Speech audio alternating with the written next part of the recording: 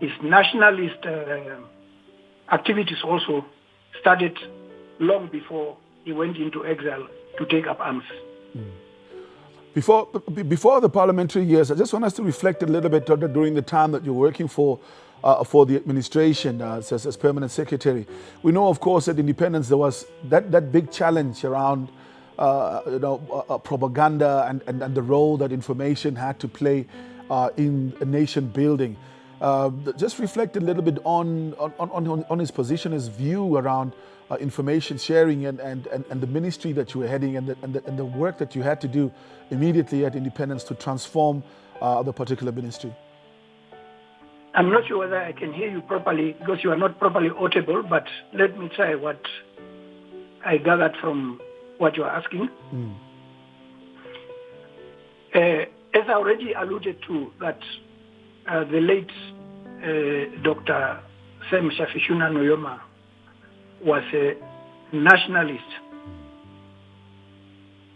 During the first cabinet, his first cabinet after independence, the cabinet was so inclusive, such that he included members of other political parties, even at the level of ministerial positions, specifically the Swano, when we had the first Director General of the National Planning Commission in the person of late Dr. Z. Gabirwe being the first Director General.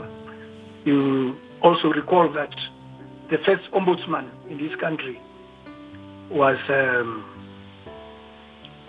Yariye Tundu Kovongwidi, Advocate Yariye Tundu Kovongwidi, etc., etc. Quite a number of people from different political parties and political convictions.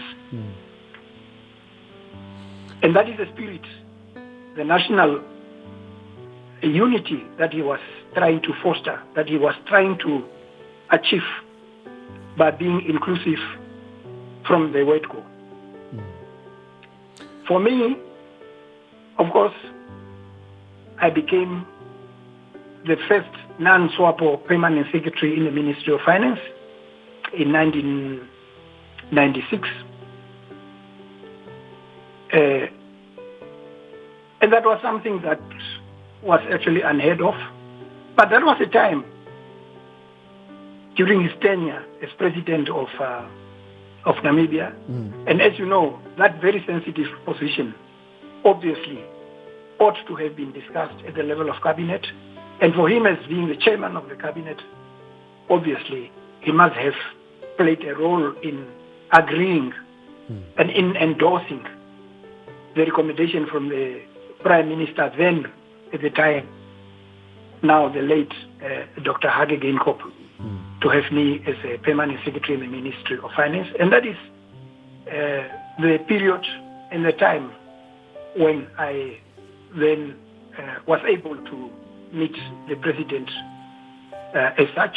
And that is how I came to know him in person. In terms of his leadership, one of the items that many people mention, of course, is the fact that this culture of political tolerance that we have in Namibia, where anybody can really start a political party or practice their political ideology without being ostracized or being prejudiced. Can you reflect a little bit on his role in terms of shaping the political culture of tolerance that we currently have in Namibia? Yes, basically, that is going back to what I just said, that from the word go, at the beginning, he did not look at who was a member of what political party. He wanted to unify the country by being so much inclusive.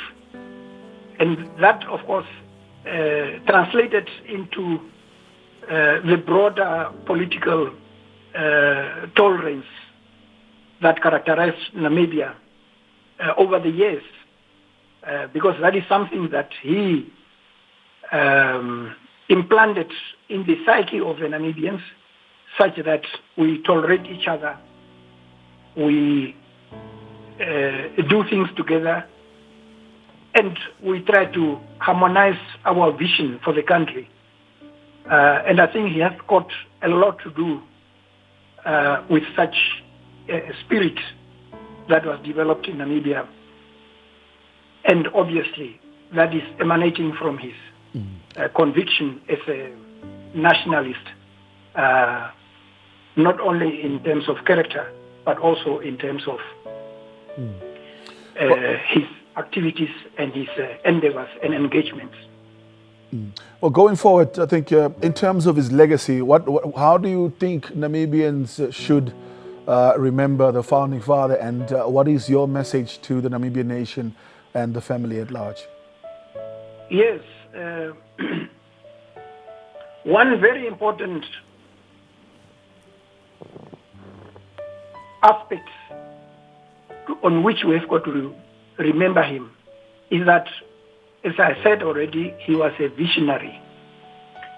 He's the person who came up with a Vision 2030. A Vision 2030 which has actually outlined the different milestones that needed to be met for us to reach, by the time we are going to reach 2030, that we ought to have reached a level of development so high that we have Namibia to be counted as among the high developed countries in Africa. So that was his vision. Whether we're able to take that vision forward, implement it, and realize it, that is up to us. And I think that is then my word for reminding Namibia that though he may be gone now, as we have just been informed, but his vision, the 2030 vision, should be revisited so that we know that that vision was actually meant to transform Namibia for the benefit of all the people of Namibia. So that is one. He had a strong emphasis on education, particularly in the areas of sciences. And that is one area that we should not forget. That is part of his legacy. He actually not only put an emphasis on education, but he demonstrated by himself at an advanced age, going back to the school, to the university, and obtained his master's degree, I think in geology, to be exemplary. And that is a spirit, the inspiration that we ought to have taken from him, and therefore that is one of the legacies that he leaves behind. Well, thank you very much, Mr. Mambera, for making time out to speak to us this afternoon. Maybe my last words.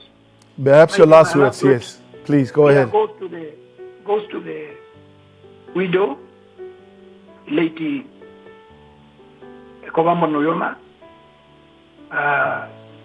My word of condolence also then goes to Honorable Minister Utoni Nujoma, the rest of the Nujoma family, of course to the SWAPO party,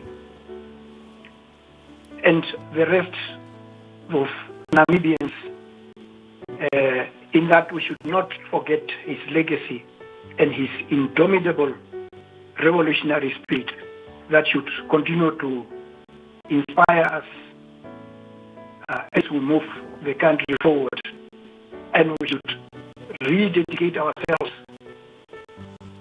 to his spirit and his conviction of nationalism in Namibia. Thank you very much. Thank you very much, Mr. Mambera, for making time out to join us. Although we have it, that's Uzutwayo Mambera, who's the former chairperson of Public Accounts in Parliament, Member of Parliament, of course, the President of SWANA from 2007 until 2017. We continue to celebrate the life and times of the founding father. When we come back, more conversations right here on the platform. Just a reminder, of course, an announcement that came in from the Deputy Minister of Information and Communication Technology, Honorable Modesto Samutse, announcing that the flags will be flying half-mast starting today in honor of our liberation struggle hero. When we come back, of course, we will continue to give you more information around the funeral plans. So make sure to stay tuned to NBC's platforms, the television channel right here, as well as the digital platforms, NBC Digital News on all social media platforms, to keep yourself up to date with the latest on this journey that we're about to walk for the next couple of weeks. Stay with us. We'll be back with more after the break.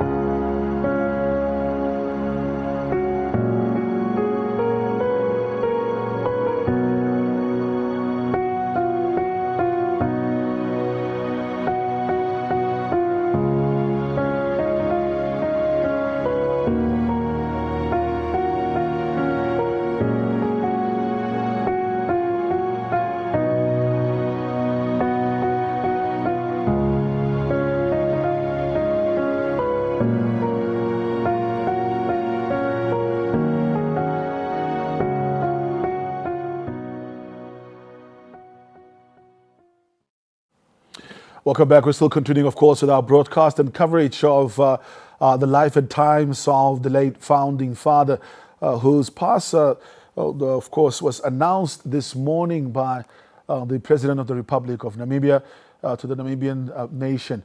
Of course, we know that he has been in hospital over the last 2 weeks under critical condition, even though there was some sort of preparation for the nation, something which you never really get prepared for, and still a shock to many across the continent and the world.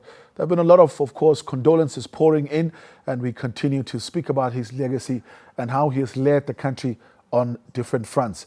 One enduring one on his legacy, of course, is his political tolerance and the culture that has been created in the country, where, according to Article 17 of the Namibian Constitution, each and every Namibian has the right to be part of any political movement, form any political movement, and of course practice any political ideology in the country without a fear of being ostracized or any sort of discrimination or prejudice. We continue to engage, of course, across the political aisle, and right now I'm joined by the chairperson of SWANU, Mr. Muvatere Jode Siririka, to just reflect a little bit on his legacy in that space. Thank you so much for making time out to join us. Thank you so much. Well, a little bit earlier on, just now, before we went for the break, I was speaking to the former president of SWANU, but I think it's only right that we start on that reflection as well. But before we get to that, how did the news reach you, and what were some of your initial reaction to the saddening news? Well, thank you so much. I think like every sad news, like a passing of a great revolutionary, like in the person of Sam Nujoma.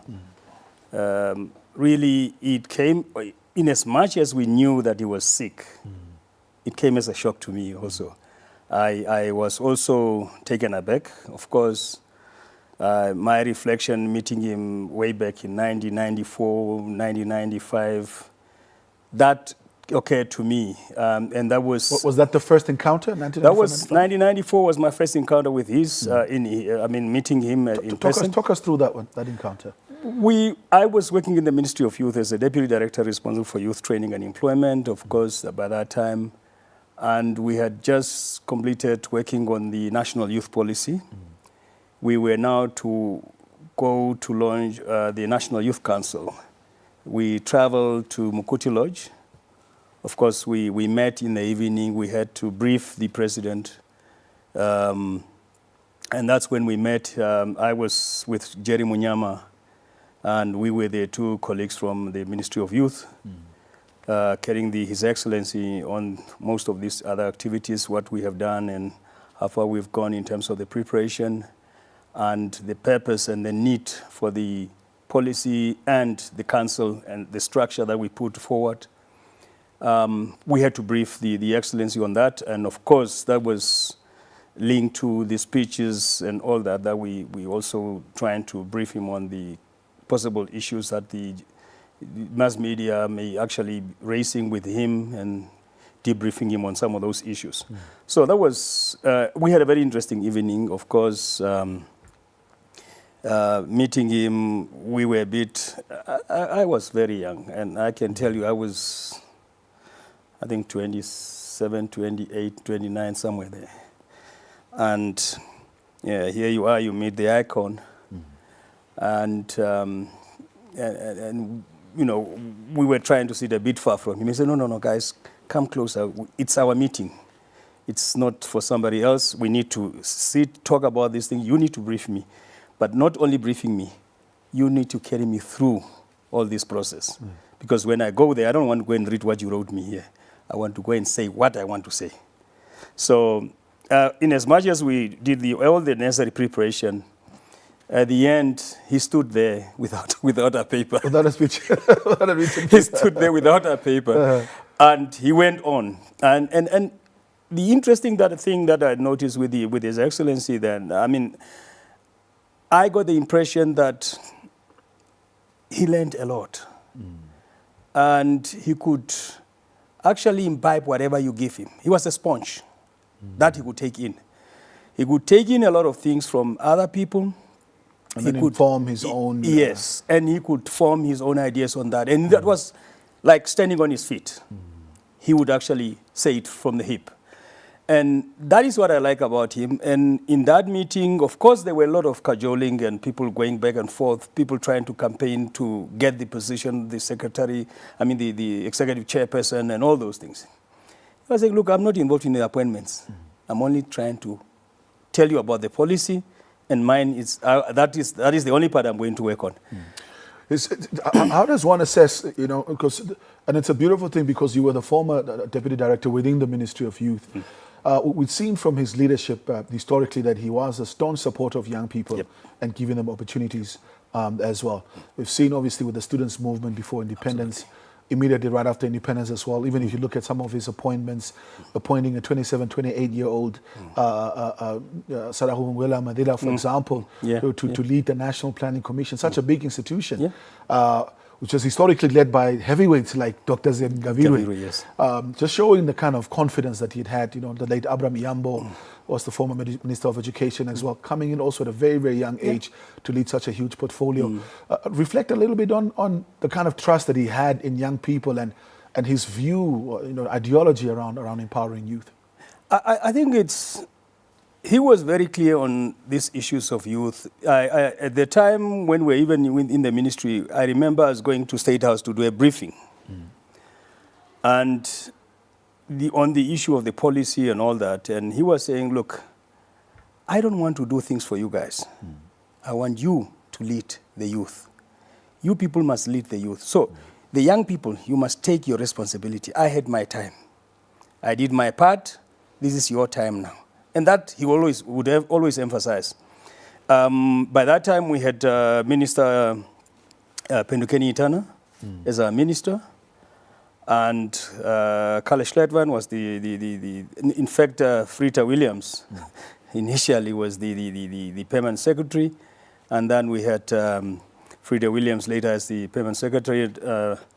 The current deputy prime minister was our deputy minister then. The Right Honorable Deputy Prime Minister, Mr. Mutorwa, John Mutorwa was the Deputy Minister of Youth then. And of course, he was getting us. And the most thing, what I've actually learned from that was that President Sam Nujoma had the confidence and trust in young people. And he will always emphasize on that. And not only that, I think the caring attitude of being fatherly, because he would always say, without education, without you guys taking the responsibility, there's nothing we can do for you. We bring you there, but you must take the responsibility for your own education. We will help you as elders, but at the end, the country is yours, it's not mine. It's not mine at the end of the day. I only brought my part, you have to bring your part now. I think that was one thing that I have learned from him. The other part that I've also, the other time when I met him also, besides that, was way back in 95. All right. And that was at the time, during the time of the visit of the German president, who was coming down to State House. And we went as a delegation from the Ministry of Youth. Of course, the emphasis was on German assistance and the support that we needed as the Ministry of Youth. Particularly, mine was the issue of youth skills training and youth employment problem as an issue of concern. And that was also the concern of the president, that we needed to provide skills to the young people so that at least our people can get the necessary skills like what obtains in Germany, so that our people can also, some of them can actually be trained in Germany, try to get the Germans to give us some scholarships and get our people being trained to be able to better our economy and the lot of our young people. So I think those were some of the experiences, the exposure that I've had and the encounters that I've had with the former president. We've seen, of course, we know at the advent of independence for many countries, we always see situations where there's a lot of, it's a big hostile environment politically. We know, of course, in Article 17 of the Namibian Constitution that guarantee around the right to political participation, be part of any political party that you want to be with, part of any movement, and of course promote that ideology within the context of the Constitution. Reflect a little bit on how important his leadership was to form that culture and environment in Namibia, where today parties can break away and form other political parties, or completely new political parties can also get started without necessarily being ostracized, or the security apparatus of the country being used to, intimidate the political rivals and so forth. Talk to us a little bit around the importance of that and the creation of that culture in the country. I think that credit goes to our founding president. It takes a personality, it takes a character to mold a nation. Because remember, he was an incredibly powerful man at independence. Yes, yes. I remember that very well. I mean, and not only, you could feel it. You could feel his presence. But you would be shocked when he's closer to you, that he was just as normal and as human as anyone could be. But I think what you're asking me is that I think Mambero reflected on that.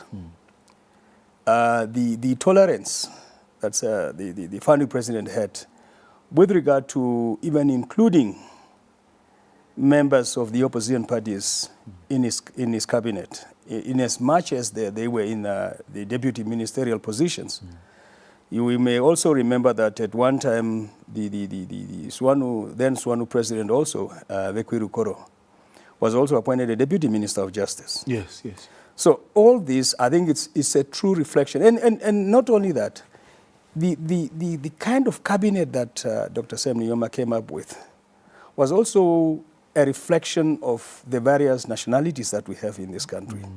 And I think that in as much as some of them were, of course, members of SWAPO, he actually allowed room for the opposition parties to participate, to partake. Not only that, even including them in some senior government positions. So I think there was that spirit, and I think that remains in this country. There may be some issues that are creeping in where people want to be very tribalistic and all that.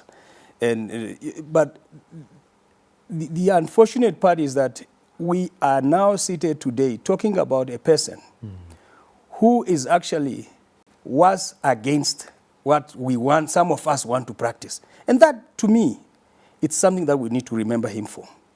We need to go back and actually, all the time when we want to err and go in our sideways, go back to the right way and reflect on the reality that what Sam Nujoma was for this country, what he has been, in an unusual situation, you can imagine way back in the 60s or 50s, getting married to a Herero woman as a Nujoma-speaking person. That's one thing. Staying on with her, in as much as he left her here, left the country, still sticking on to her, sticking on to his children, sticking on to his family. And you could see some of these things when he's talking about at some of his birthday parties, my dear wife. That, to me, it's a person who has gone beyond tribalism. He is a nationalist by excellence, to me.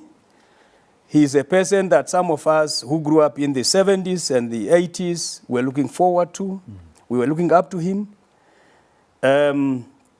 Those of us who also went outside and, we lived in a situation, and whenever you see either Comrade Sam Nujoma speaking, you would actually expect Oliver Tambo speaking on the other side. You go to demonstrations in London, they will be there. And they will be the two of them, and the next person will be Ndibuha Mutenya or Tambo Beki. So these are some of the realities that we've gone through. Now, when you live through that time of the 70s and the 80s, and you come to 2000s, where people want to go back to their cocoons, you actually feel ashamed. You feel ashamed because you have people like them who did not know tribal boundaries. We've gone beyond all those things. And they have actually came back to a country and mold a nation out of the various nationalities that South Africa wanted to create.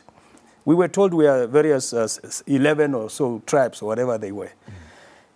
But he came out to form a Namibian nation. And I think it's one of the issues that we'll have to remember Comrade Sam Nujoma for. So the legacy really is in the unity of the nation. Unity of our people. All right. Thank you very much, Mr. Seridika, for making time out to speak to us today as well. I'm pretty sure that we are going to have more conversations as we prepare to lay this global liberation struggle icon to rest. Thank you so much.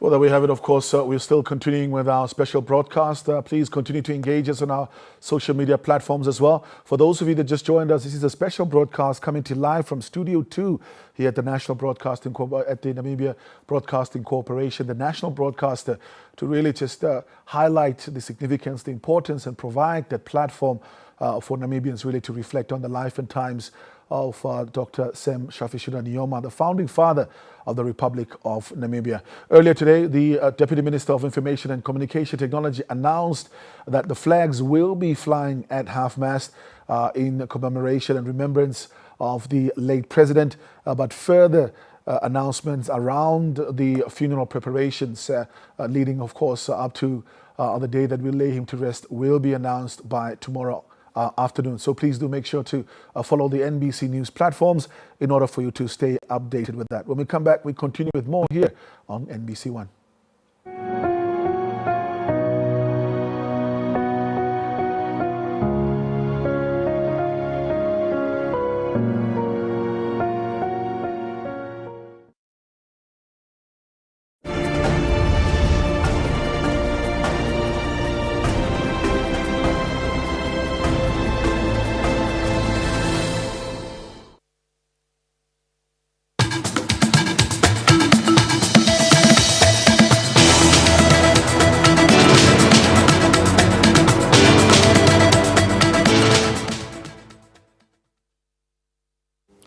Good afternoon and welcome to the news highlights here on NBC One. I'm Suriye Gaumaskuchu. We now cross over to our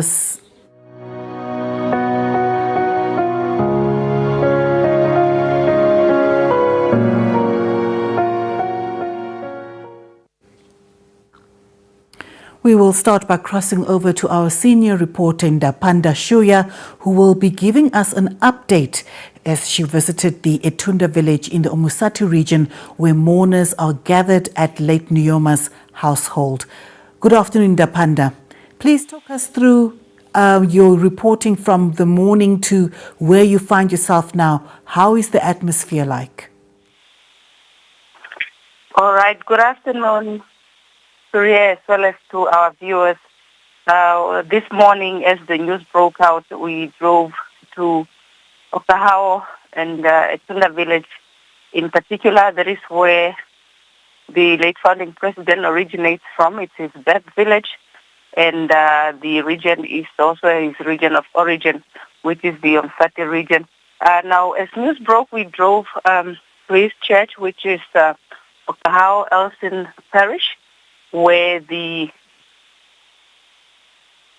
congregants paid tribute to him this morning, observing a moment of silence in his honor as the church members remembered one of them because there is a church which he attended since he was born and baptized at that very church. Now, what we got from the visit to the church is that he was he played a very integral part in the development of that very church in terms of funding or also organizing funds to ensure that the church got a bigger building that is now able to accommodate thousands of worshippers as we speak. Ms. Elizabeth Ileka told us this morning, she's the deputy chairperson of the parish council.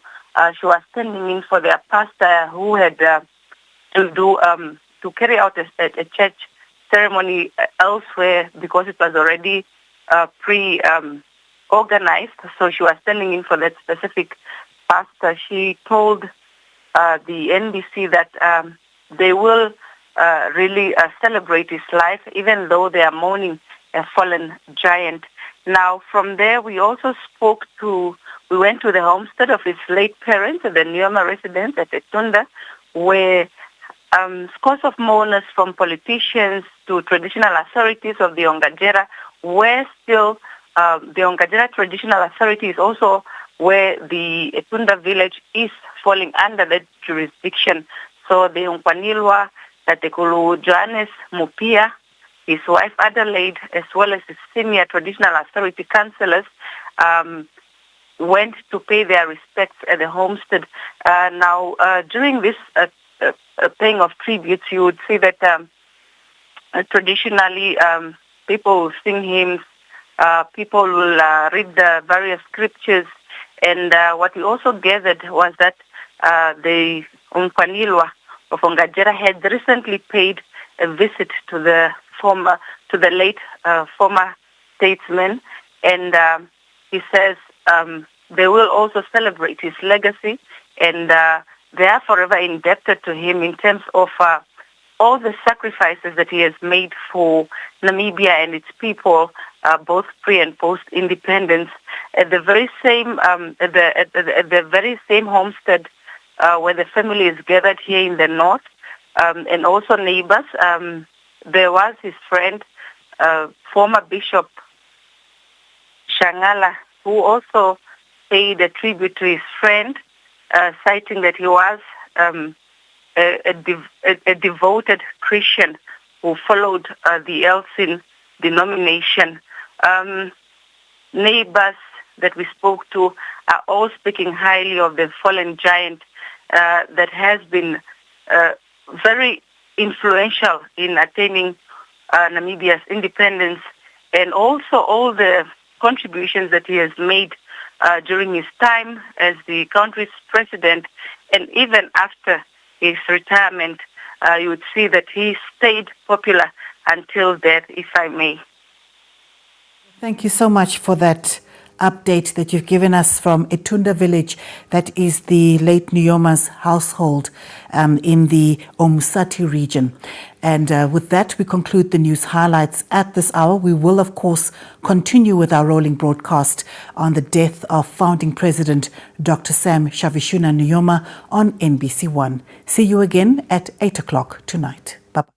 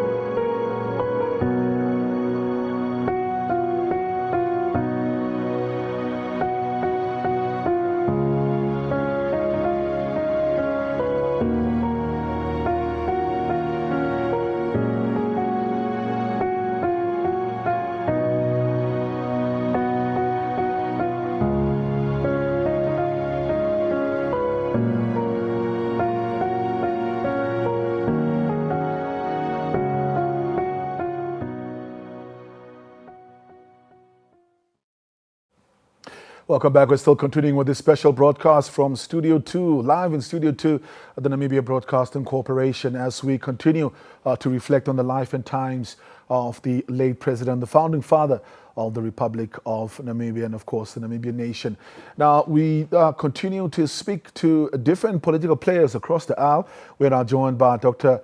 Ushiwa Munyangwe, president of NUDO, just to give us some insights, of course, and reflect on the life and times of the founding father. Dr. Munyangwe, good afternoon, and thank you so much for making time out to join us. Good afternoon, Ricardo, and thank you for having me. Let's just start at the beginning, just to reflect a little bit on how did the news reach you, and what were some of your initial reactions to the sad news that the president announced earlier this morning? Yes, I am out of town. I am on my way traveling to Kavango region. And so my PA called me early this morning to break the news.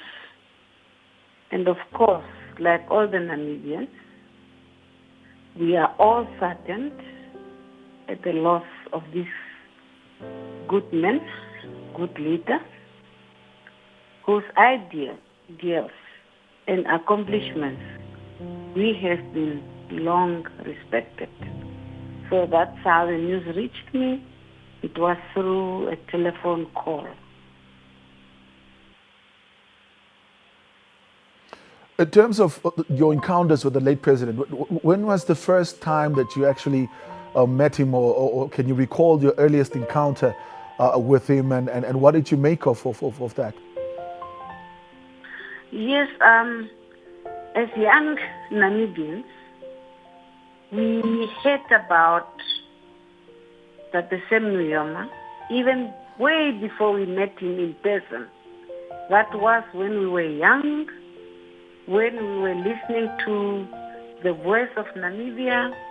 That was the time when you were struggling even to listen properly to the radio that was broadcast from Zambia. So, and the end, of course, 1990, we got our independence. And of course, as a social worker, I engaged with him.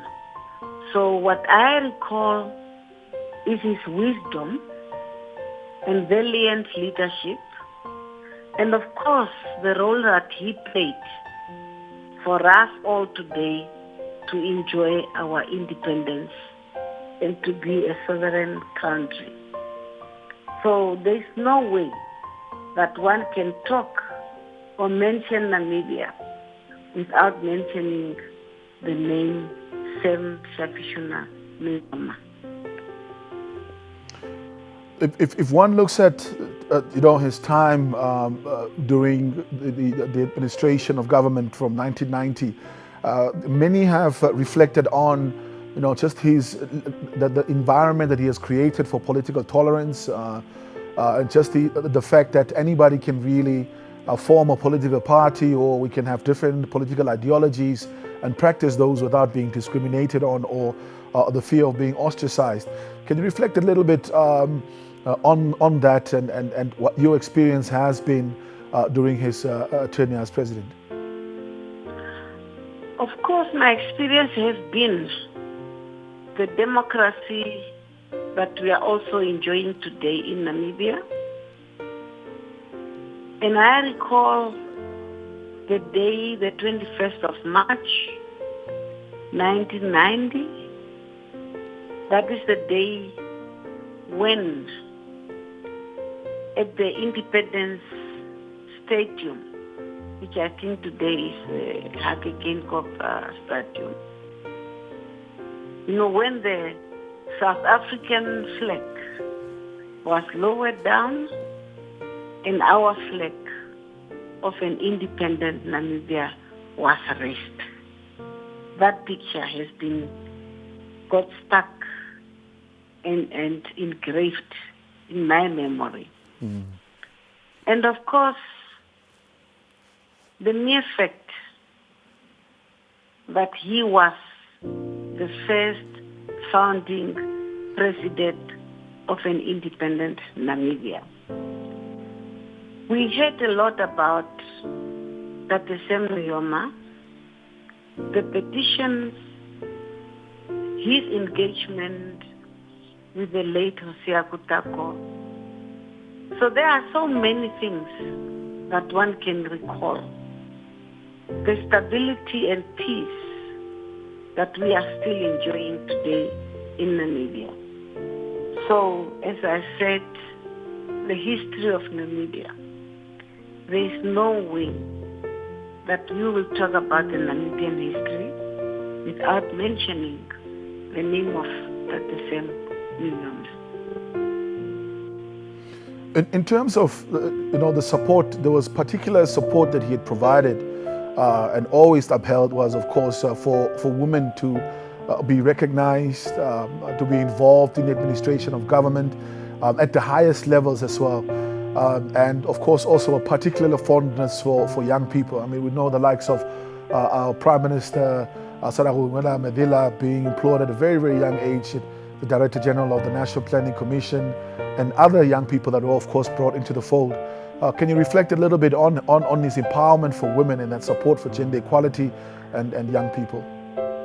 Yes, shortly after independence, if you think about the upliftment of women, and especially black women, the whole policy of affirmative action, because as black women, we were not only discriminated or disadvantaged because we were black, but the mere fact that spiritually, biblically, we were also disadvantaged. There were also a lot of cultural practices that disadvantaged black women. But then after independence, we came up with a policy of affirmative action, and women started to enjoy their rights, not only as women, but also as human beings. The whole issue of December the 10th, we have been commemorating that, but during his tenure, we also started to recognize December 10th as Namibia Women's Day. The appointment of young women then, as you said, the current Prime Minister, the Right Honorable Sarah Kukangela Madila, all this have given hope that as women in a free, independent country, now we will have the rights and we will start claiming our positions in a free, independent Namibia. And all this we owe to the founding president, the father of the nation, Dr. Shafishuna Nujoma. Dr. Munyangwe, often the late president spoke about unity and reconciliation after independence. How successful do you think his vision was in creating an inclusive Namibia, particularly if you look at how we are structured as a society today? You see, any president can talk about inclusion, can talk about reconciliation. And I think that the Sam also has been emphasizing on the policy of national reconciliation.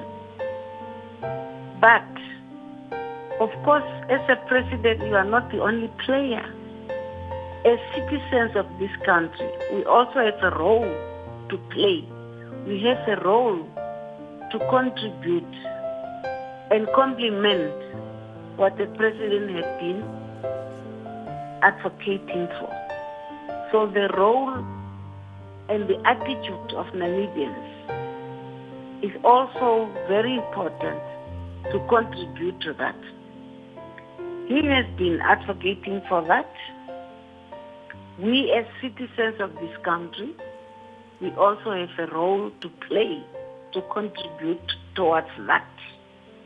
that policy of inclusivity, which our late president, Dr. Hake Geingob, also has been advocating.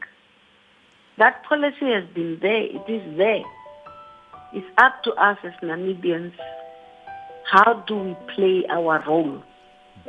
Because sometimes we also need to ask, what am I as a Namibian citizen contributing to nation building, to the development of this country?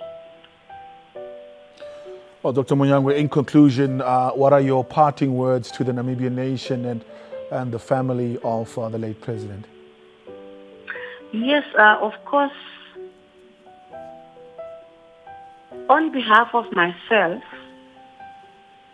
on behalf of the National Unity Democratic Organization, shortly known as NUTO, we honor the memory of Dr.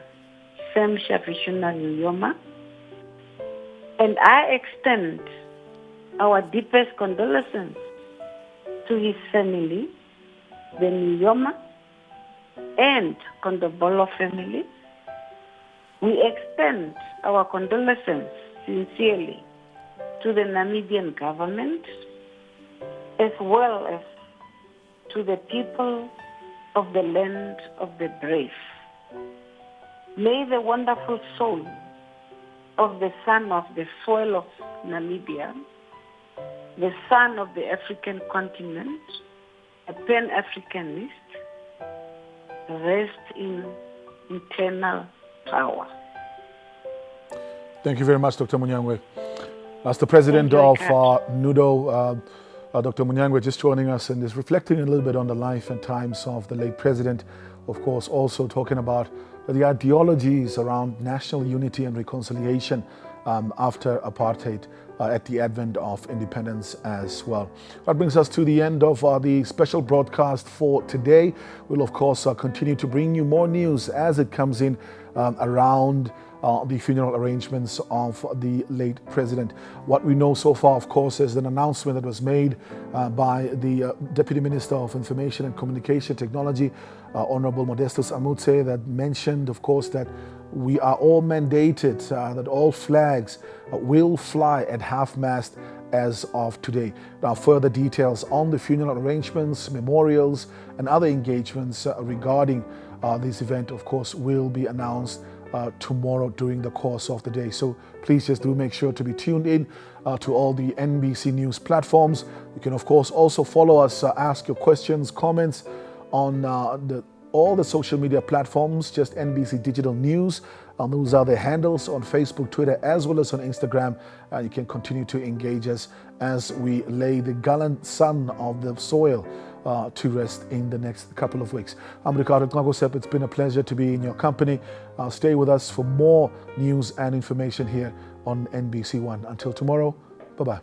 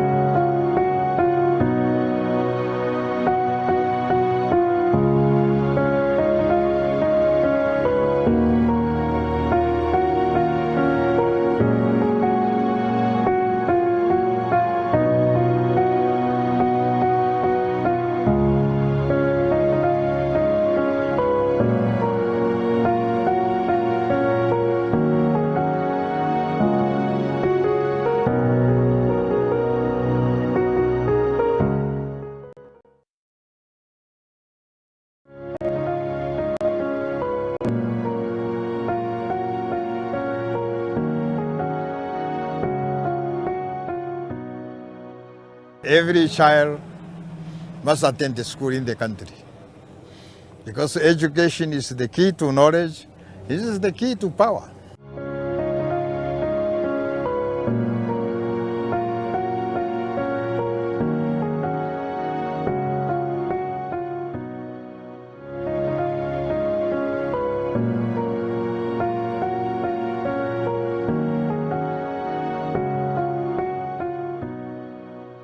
It is my favorite belief that when people and nations are united, striving to achieve common good for all humanity, they will always emerge victorious.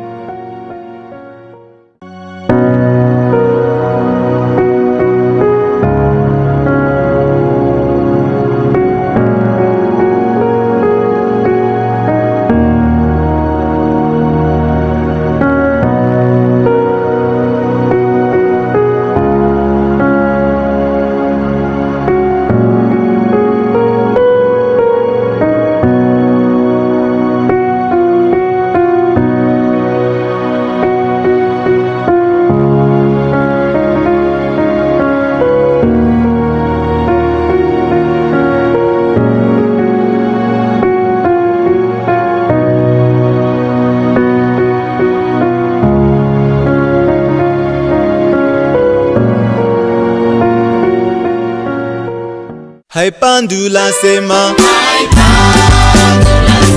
haipandula sema. Born on 12 May 1929 at Etunda, near Okahao in the now Omusati region, Samuel Shafishuna Nujoma would grow up in humble surroundings. His parents, Daniel Utoni Nujoma and Helvin Pingana Kondobolo, did not know what life would have in store for their eldest son. Sweeping across the African continent, the wind of change, oh, sweeping across the African. 61 years later, on 21st March 1990, Nujoma was sworn in as the founding president of a newly found Republic of Namibia. For the Namibian people and for myself, this day, the 21st of March 1990 is the most memorable and indeed the most emotional moment in the annals of our history. The solemn hour is the moment which our people have been waiting for more than a century. In 1946, a young Samuel Nujoma, while toying with the idea of joining the contract labor system, had to relocate to Walvis Bay to look after an aunt whose husband had died. In Walvis Bay, he was exposed to the outside world through interaction with sailors who called at the port. While in Walvis Bay, fate intervened again. His aunt he was looking after died while visiting relatives in northern Namibia, and he moved to Windhoek, where another uncle resided. In Windhoek, he enrolled himself at the St. Barnabas School and eventually did distance learning with the Trans-Africa Correspondence College. It was in Windhoek where he also changed his name from Samuel to Sam. Whatever the reasons were for the name change, he became known as Sam Nujoma, who got married to Kovambo Kashimune on 6 May 1956. In 1959 and 19 April, the Ovamboland People's Organization was founded with Nujoma as its first and only president. Campaigns against the forced removal of inhabitants from Windhoek's old location came to a head with the old location massacre on 10 December 1959. Nujoma and like-minded individuals became wanted.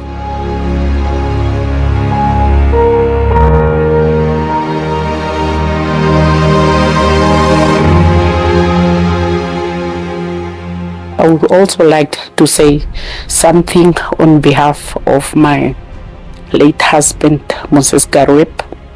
He was a good friend to Tatekulu. They used to work together.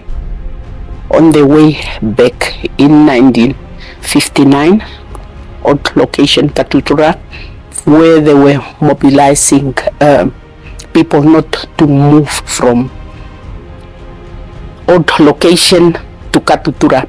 Apparently Moses and Gavire, they use now to translate in different languages, Damara, Herero, and so on.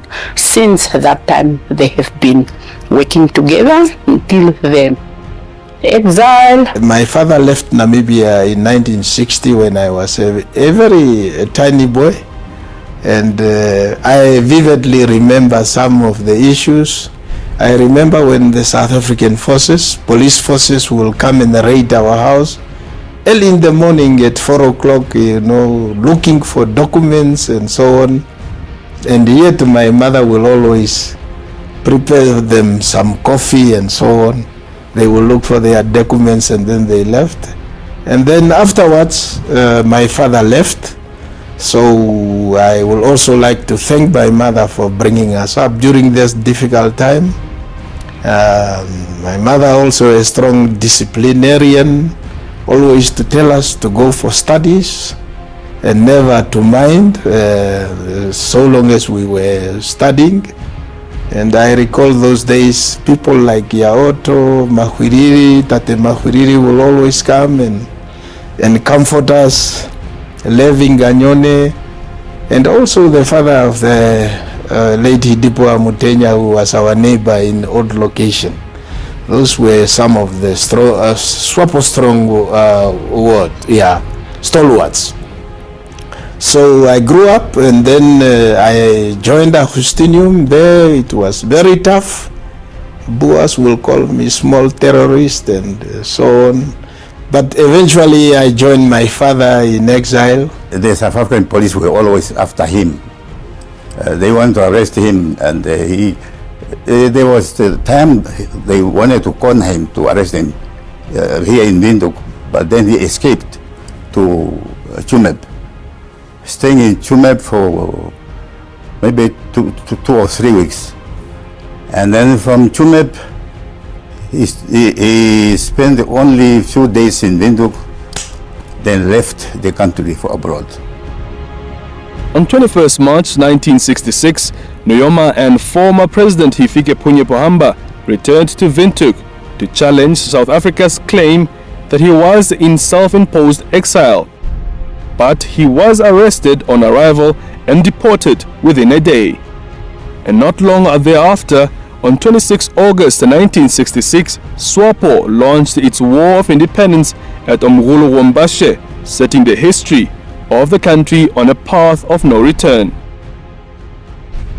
But what kind of person was Sam Nujoma? Now, I came to know him in 1946.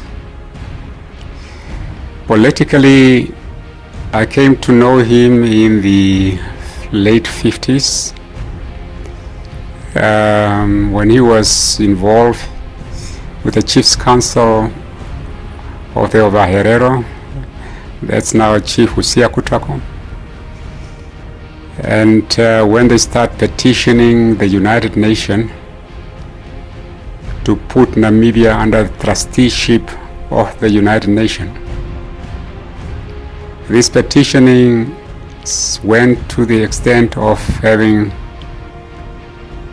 President Nujoma representing OPO, Usia Kutako representing the Chiefs Council of the Herero, and also Vetboy for the Chiefs Council of the Vetboys. So joint petitions were sent to the United Nations. And I also came to know when he was mobilizing, running around the country in his spare time. He was working for the railway, South African Railways. And in his spare time or sometimes off duty, he will go to places like Tsungep, establish a branch there, or Chivarongo, Walfish Bay, and he should travel to Cape Town, which was a privilege that people seldom had. So, but most of his activities, political activities, came to the limelight in 1959 when he was involved in the mobilization of the people in the old location, which resulted in 10 people being killed and 50 people being wounded that night.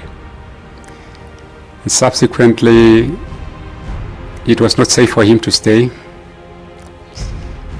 That was December 10, 1959. The following year, he left the country because he felt that he was going to be useful to the country by being outside rather than being in prison here in this country.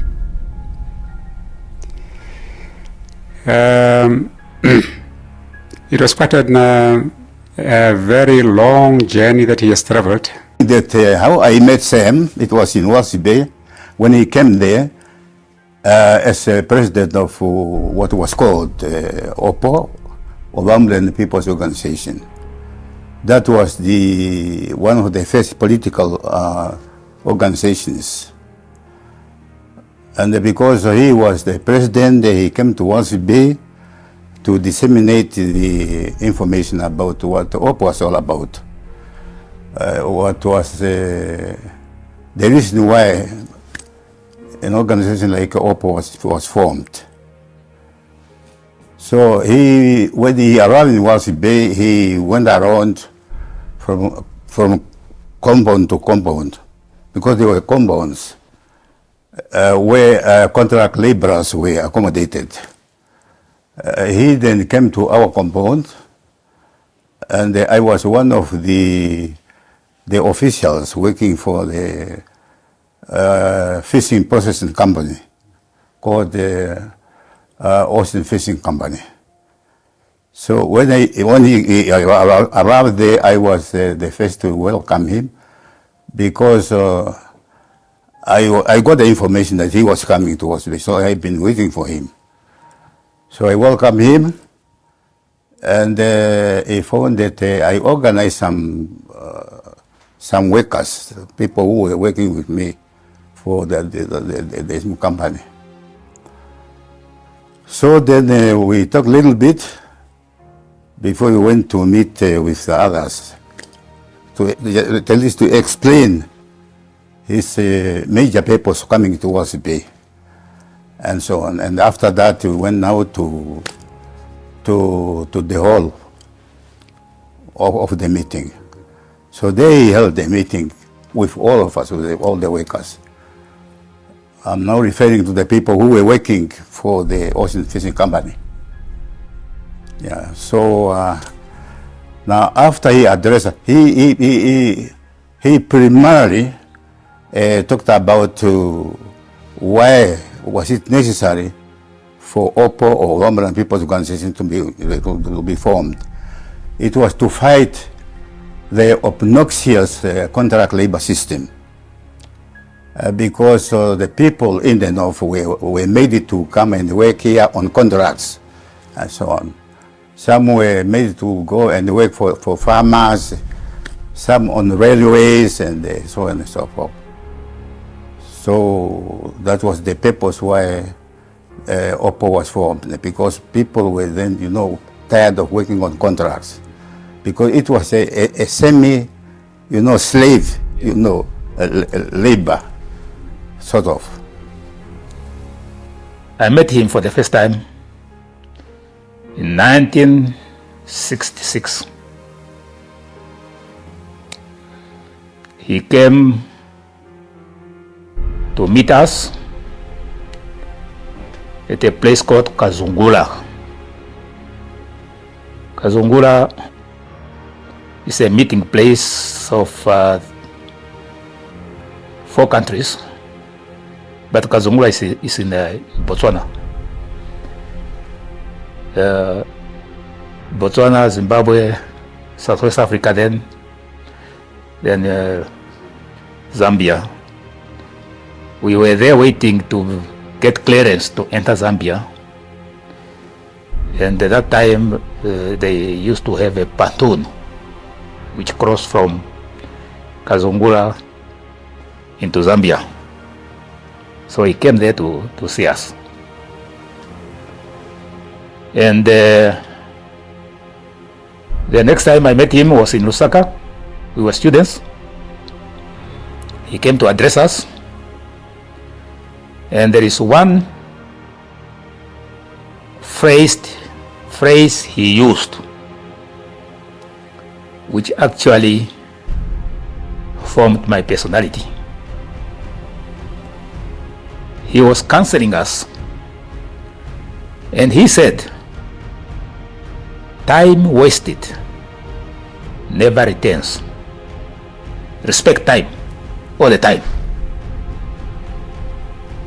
And that has been my guiding principle throughout my life. That's why I said that I only gave you the leeway of time because of the founding president. If we were late by 1 minute, I would have said, no, you are not serious.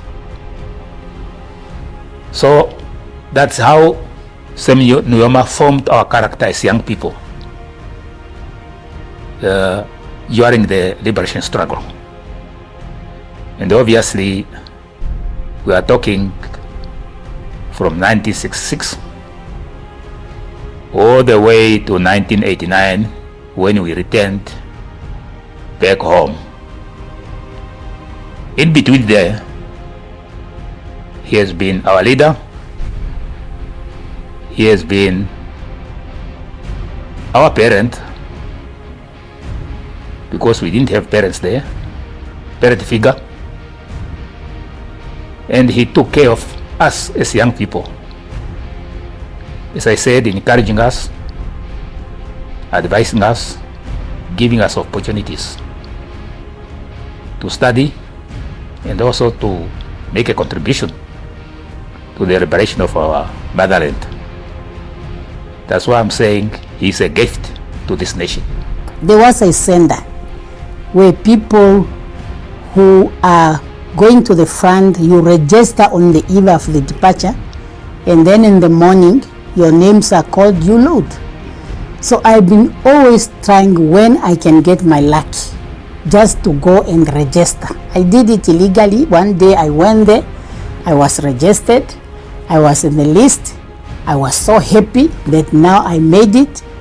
In the morning the name was called. I boarded I went into the truck. We went to Sinanga. That was now the last place before you go to the front. So I was so happy. Arrived in the evening. In the morning we woke up to go to the parade. To my disappointment, the same day the president went to Sinanga. So just when we came to the parade, I saw the president coming with the camp commander and all the officials. Immediately he came, he spotted me. And that day he really reprimanded me. I told you, you have an assignment, you cannot come here. That day I really felt now I have done something. And then he said to the commander, I'm proceeding to the front. Netumbo should remain here. When I'm going back to Lusaka, I'll take her back to Lusaka. So I was taken back to Lusaka. That was now 74. And I worked in the offices. I could only get my military training in 76 after I finished my course in Soviet Union at the Lenin High Consumer School. Then Angola, that's where I got my training. But that day I really realized I'm working with a commander, because he really said, no way, you have an assignment, go to that office. So I came back with him to Lusaka and start running the office of the administrative secretary. Is an administrator in that office. My name is Monica Garwes, and I met Tatekuru Sim Nujoma, 1975, in Lusaka, Zambia. Yeah. Since that time, Tatekuru has been an inspiration, visionary leader to me and to all of us, to everybody as the father of the nation. And then maybe what I can also say how I know him really is then when I was assigned to go and work at Natalia Mavulu Center. The center was aimed to cater for children whose parents died in Kasinga and those ones who have been sent for party mission. The center was established by Honorable Dr. Libertine Amadila. We had about 1,000 children, aged from 0 up to 7. Our aim was now to look after those children. This was in Angola? This was in Angola, yeah. In the northern part of Angola, Dalatanto. He will always visit us in Angola, in Zambia, at the front line, and we just come and greet him. So we develop the comradeship that I don't call him father, I call him comrade. Yes, comrade, how's the day? So that's how we grew up. And he always had to tell us that you must be disciplined. Discipline is the first thing, and always follow when we were in the war, follow the commands of your military leaders. Yeah, I grew up with Tatesem most of the time, and I still think Namibia was lucky to have him as the president of a big party and president of this country. From 0 up to here, we started with him, and we succeeded. We put a background for Namibia. Some of it, the young people now want to do, other people want to, but I think we have done a fantastic job for the country. There is peace, there is tranquility, newspapers are free to write what they want. I think we are better than many countries which were independent 100 years before us. So let's be quite happy that we had a very visual leader who gave us this independence together. We got independence. And all I want to ask is for younger people to please follow us and maintain peace, maintain tranquility, and move forward for your own children. My experience of the founding father was before independence in 89, with Resolution 435 of his return. I was with the newspapers. That time you can say it was the opposition newspapers, opposing SWAPO rather than promoting, say for instance, South African occupation. Secondly, I was a soldier. I was called up, and me and the founding father later on had this discussion, and I will tell you how it came about. And for the first few, say the election campaign, and say the first 3-4 years, we had a very adversarial relationship. Of course, I'm a newspaperman. SWAPO at that time had only 57% of the votes, not the 2/3. And there was always the hope that another party can win the next election. And then we had the situation of trust. Because from the elections the next morning, the white people did not know what will happen, and the black people could not trust the whites that were remaining. So although it was adversarial politically, and in speeches sometimes the founding father said, you Jacobi, editor of that Kufut newspaper.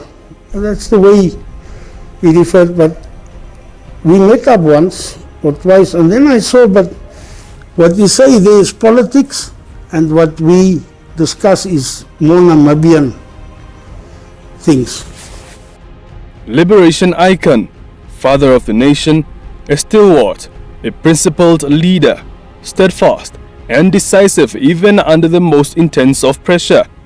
That is how many people affectionately remember Sam Nujoma. Nujoma, a firstborn, was described as a born leader who learned leadership through practical experiences. His leadership qualities would be described as unmatched and superior. I wouldn't say he was a tough leader, but he was a leader with conscience. I may say so, with the conscience. Who knew that he has got people here and we are all going to go through this and we have to get home. That's, I think, something he did for us. Besides that, also, he was a very solid leader to be trusted. He's not somebody whom you felt that, because he was suffering with us when these funny people were like Chipangas and Yongos and these things. It was also against him, against his wife, against his, that sort of thing. So we trusted Osem. And then when he came here, he said reconciliation. All the skufoods and whatnot, there are people who were misled. Other people, if you look at Zimbabwe, what they were doing to their leaders, killing each other, and that never happened in Zimbabwe. When Kasinga happened, I was in New York. We were together with President Nujoma. We were there in the Security Council trying to pass 345 implementation, 435 implementation framework. The South Africans went out to bomb Kasinga and to proclaim that they have broken the backbone of SWAPO. Sam Nujoma was saying, let us go ahead, let us adopt the resolution. But of course, the African group was not happy about what has happened. So we had to abandon that, the Sam Nujoma has to return back to Angola to go and organize for the treatment of people who were bombed in Kasinga, the burial of those who died there, and all that. So I'm telling you these stories to say, for that kind of leadership, you must be strong. You must be strong. We used to joke that after every 5 years there will be a crisis in SWAPO, and it happened. Every other 5 years there's a crisis of some sort. Muyongo leaving SWAPO, or some youth rebellion somewhere, or what have you. It was a war. It was a struggle, and you have to keep in that context. South Africa tried by all means to destroy SWAPO, by all means, either through infiltration or through bombing or through whatever means. But Nujoma stood firm and kept his flock together until the 21st of March 1990, when a new nation was born. You see, there were very, very difficult times, particularly when 1974, when many Namibians joined the struggle. That has become a big threat by the South African regime. And a threat in the sense that the armed struggle is now being strengthened. And there were all the maneuvers to neutralize SWAPO, because that's how the whole thing of the town hall starts to be talked about, and so on and so on. But with a leader like Sam Nujoma, he was so clear that we don't want bogus independence in Namibia. We want true independence. You also find him when Kasinga was bombed. The way he took a decision, I am going to bury my dead people, and I cannot continue like this. So these are the things which have been, for me really, working closely with him, I have learned how to manage, how people can manage difficult times.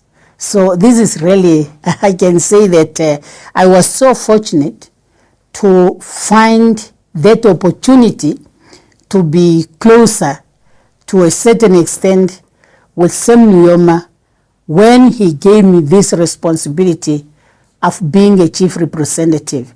And you remember the time I was also a chief representative, the frontline states were very active. And Mwalimu was the chairperson. And what Mwalimu did, he had a permanent seat on his plane for the SWAPO chief representative to attend all the frontline summit. So again, that gave me an opportunity to be closer to my president and to accompany him in those meetings and really to appreciate what he did for this country. There were times when not everything was easy, when he's sitting there with the leader of independent countries, but he stood firm, they understood him, and they say, Sam Nujoma, this is your country, we are there to support you. And you know what he used to do? When we are coming young people and others, he will see these ones must go to school, these other ones to the army. So if you don't have proper education and you then you go to the army. If you have some schools, to school. And that is why many people got educated. Because all of us, we wanted to go to the front. I said, no, school, education, these ones. People included, Mark, look at him. He wanted to go to the army that time. And he was also sent to school. Some went to Moscow, we went to Warsaw, mostly actually Soviet Union. A lot of them went to Soviet Union. So he was somebody who was really looking after us. Mm-hmm. And yeah, our uncle. Sam Nujoma had a group of very loyal cadres, committed cadres, who stood by him all those years to perfect the struggle for liberation. People who also deny themselves the opportunity to go to school in order to keep the flame of independence going. And his achievement, as I said, one of the biggest, he has quite a lot of achievements, was that he started with the creation of the OAU. He started making the resolutions of SWAPO, put them to the Liberation Committee of the OAU, and also to the OAU itself, and then became the resolution of the OAU. So it was no longer a question of SWAPO fighting for those resolutions, but the whole of Africa fighting for those resolutions. And having achieved that, those resolutions from the OAU were taken to the non-alignment movement. Now, the non-alignment movement were those countries were from the African continent, from Asian countries, from Latin America. And once that resolution was adopted by the non-alignment movement, it became a non-alignment movement resolution. As a result, when it came to the United Nations, it has the backing of all countries from Africa, from Asia, from Latin America, and that has strengthened SWAPO political position internationally. That is, to me, the strategic move to make SWAPO resolutions, the resolutions of the OAU, the non-alignment movement, and then successfully the United Nations National Assembly resolution. It brought SWAPO in a different level altogether, which led to SWAPO becoming or being granted observer status in various organizations.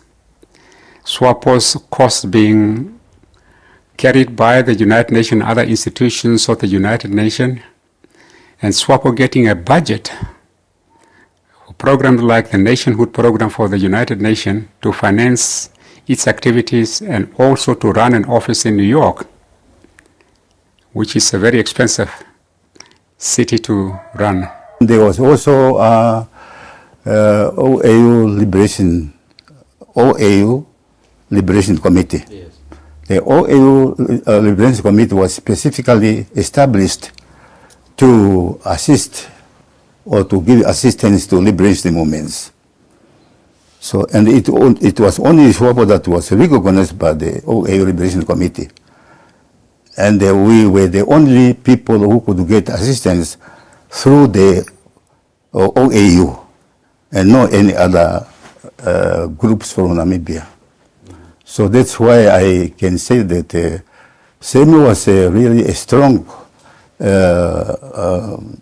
leader and very, very, very dynamic when it comes to, because in the first place, Semi was the one who said that, look, because he has been now, as I said earlier, at the UN, petitioning the General Assembly, and nothing was coming out of this talking. The boys were adamant that they were not going to give up Namibia.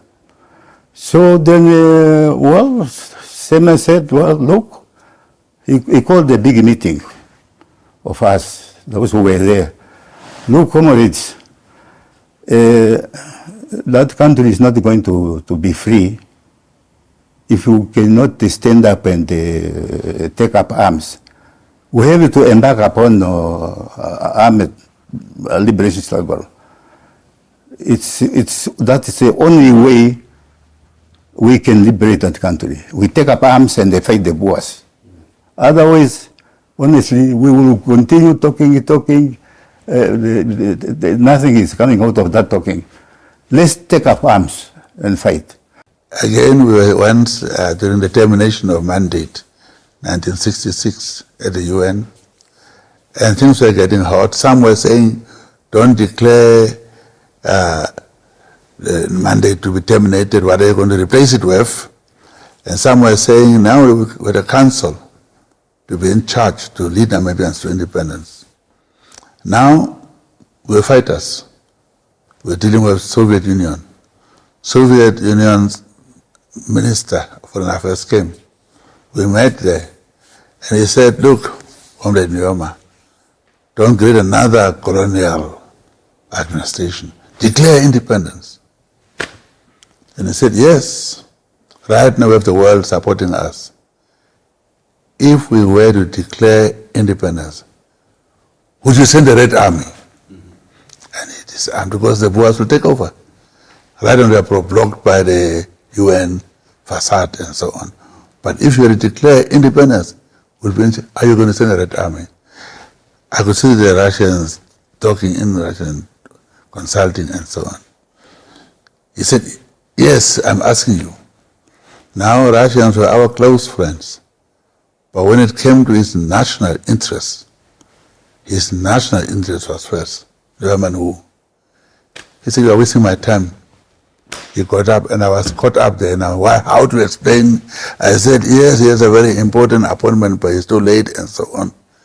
So, it's not a person who will say, because you are my friend, therefore, when it comes to patriotism and principles, we say principle have compromise is principle compromise. Patriotism the same. So you see the patriotic side. Whether you are Soviet Union, big guy, when it comes to my interests, that's what I'm saying. He walked out. I received a call from State House. Mm-hmm. And the person said, the president wants to see you. I said, you are joking, man. And maybe he looks for the editor of the Namibian or those that support him. New Era, not me. No, the founding father wants you here at his office. So I drove up and they said, come into the main gate. And that was still the old State House? Yes. So I went in with my car. I got out and I was just escorted right through to his little sunroom. He was sitting there. I came there. And when I sat, I realized I had a knife in my pocket. a big knife, That was which I forgot. And nobody asked me, nobody searched. Yeah. And I started worrying, if someone now finds this knife. But then he told me, listen, I want to speak to you. Because I also asked him, are you not maybe looking for another? He said, no, I want to speak to you, the editor of the White Afrikaans newspaper. I'm going to relieve the Minister of Home Affairs of his duties. Because I'm the Commander-in-Chief, I don't want misrepresentation. Because if I now take over Home Affairs and the police people will think I now assemble all the armed services. But it's not that. Crime is out of control. So for a few months I'm going to take over. And I want you to get that message across to the white community as best as possible. Because all the white business are advertising with you, the economy, those type of stuff. And I asked him, it was in the time of the budget. So he's going to appoint more police van, more everything. And I asked him that, Mr. President, where will you get the money? Because the budget is now being discussed. He said, why do you ask? I said, no, because I'm a taxpayer. He said, so are you the only taxpayer? What about the people in the street who buy bread and things and pay tax? So you are the only taxpayer. So I realized, no, wait, I'm barking up the wrong tree. And then I asked him, for how long must I do this? I will let you know. And I took his message, and I never thought he'll fall. And one day I received a call from his secretary. He said, okay, now you can write because the president is going to make his appointment today. In 1969, from 26 December to early January 1970, SWAPO held a landmark conference in the then Tanganyika, the present-day Tanzania. That consultative meeting, dubbed the Tanga Conference under the leadership of Sam Nujoma, adopted far-reaching resolutions, catapulting SWAPO into a broad-based movement.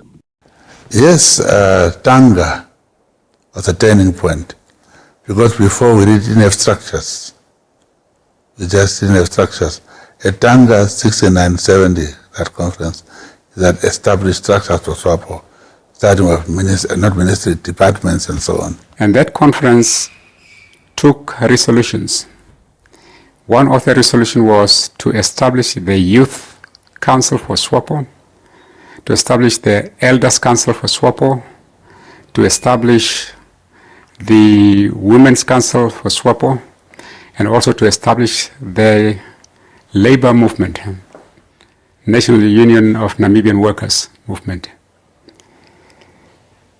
Those bodies were created in order to mobilize the people of Namibia to be united in the effort to fight South Africa.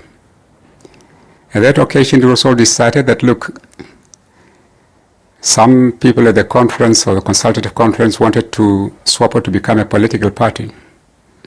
And some of us argued that no, the moment you start becoming a political party at that level, when you are not totally united against South Africa, the ideological input will possibly split and make it difficult for other groups to support SWAPO in this quest. So it's better to remain a movement. So the churches can join, they can support the activities of SWAPO, the youth, the tribal groups can support them because they are not tied by the ideological strain of demand.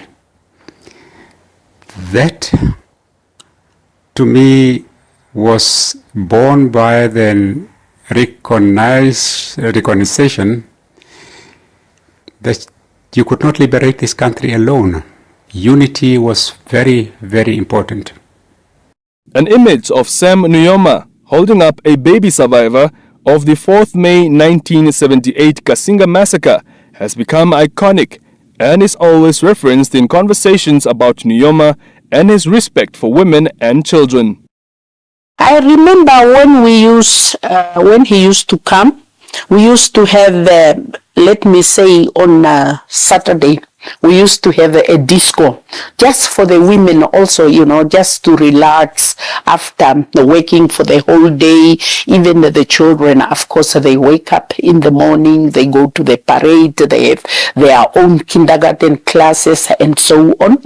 We used to have a disco, I remember, and Tatekuru used to come and dance with the children. That we used to have fun, and those are some of the things, and also telling stories about Namibia to children, how they should have discipline, work hard, go and study when they go to the education center where Comrade Nahas and them had educational center, because our kids was only from 0 up to 7, up to 6. And then from 6, they have to go to the educational center where Comrade Nahas was, and he used to drill with the children. They used to, because we had some goats and chicken, and for them, goats, they were calling them dogs, because, they didn't know the difference between the goats and the dogs. So he used to be shown now the dogs and the goats. So it used to be a really a father for the kids and so on, yeah. When I came to Angola, we had that center, Mavulu Center. And President, of course, loves children.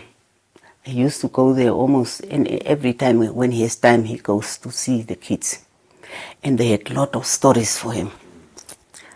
One of our colleagues who was in Sumbe gave us goats. Actually gave the goats for them, the kids, so that they can have a bit of milk and all this and that. And then when the President came and called me to go and work in Angola at our centers, because there was nobody doing a job, the kids were dying. So he wanted me to go and put up a center there for the kids and all this. So I went there, and then I put up the center. And the center we got was a place where the Cuban soldiers used to be. And they had a dog. When they went back to Cuba, we were given that center. Then we had to work very hard to paint it, to make it very nice. It was a nice sort of a barrack. It was a coffee barrack before, where the coffee workers used to stay. So we made it in a nice hostel. And then the kids, then the Cuban people moved. We brought all the kids to that center. I don't know anyone of you have been in Angola, but there was something called Ovitakaya. There was a disease the kids used to get in the feet. Some hojas biting them. And all the kids could limp. There was no child walking. So we all took them and then put them in a big hall, feed them and did everything until they got some life. And then bit by bit, the one who is fine, then we take out and put in a nice barrack, hostel. So we prepare. And then the Cubans left a dog. Now the kids saw the goats, and they were calling them dogs. And then me and Monica, one night, decided to slaughter one. When President came to visit, Tate President, Tate, he wouldn't say President, Tate, oh me, tokotana me, Monica va chipa kumbwa. Me, a doctor and me, Monica killed a dog. So President is just, the dog where you, we ate dog meat, according to the children. So he found these things very funny. And then he came to ask us, I understand you guys killed a dog. Then we explained to him what was happening. And one day now, when he also came, they had a central Politburo meeting in that place. And then the soldiers came, and they wanted to check what are these things hanging in the sea. President said, don't touch this thing. Don't get out. It's a hole of the kids. What are you trying to do? What do you think these things are going to be doing here? They wanted to come and now check Musuga. President is coming. So he chased them out. He said, no, leave this place. we are going to have the meeting here. He said, oh, no, it's for the kids to play with. It's nothing. So he was so close to us, very, very close. And he loved the kids, and the kids will be spoiled when he's around there. He was the only tate who was important. All the tates, they used to call it omamatate, omamatate. The tates, they are eating our fish, and they are eating this, and they are doing that. They hated all these tates. Only president was the right tate. Women, children have a special heart, special place in his heart.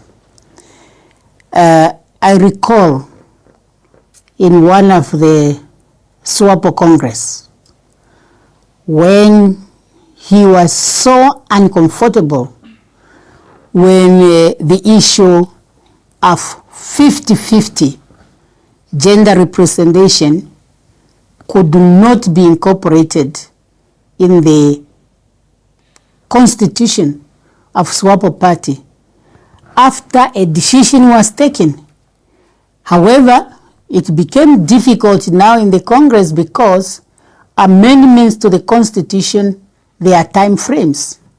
But he was really disturbed to the extent that we could have just maybe say, let us forget what the Congress or the Constitution say about amendments, because it's a failure for those in the administration who have not done their work.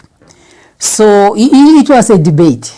And we remember as women, we asked for a break and just to find a common ground. But though it was not done at that specific Congress, at least the ground was made. And today, the SWAPO Constitution has incorporated a 50-50. When it comes to the children, it was him working with Dr. Libetina Madila, particularly in the exile, to have a special place just to take care of the children. And that is where the places like Daradando were established. I'm sure some of you are familiar with one of his pictures holding a baby. So that is Sam Nujoma we know when it comes to the children. And that continued even in an independent Namibia. So that is really the person he is. When it comes to women, when it comes to the children, but generally, just when it comes to the welfare of the Namibian people. His erstwhile comrades also spoke fondly of a camaraderie and even fatherly connection.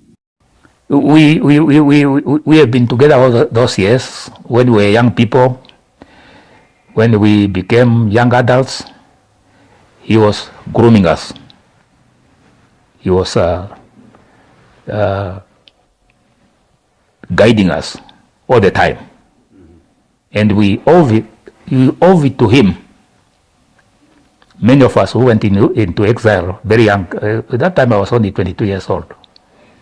We owe it to him that he was able to guide us until such a time that we were able to make our also independent contribution as part of the SWAPO leadership. But you see, if you are hardworking, he's a very hardworking person. So if you are hardworking, he also sees hardworking person. And I was very committed, very loyal. But loyalty is very important to a leader. He sees that. So that was going on. We really were very close as father and as son, and you still see it. You still see it now too.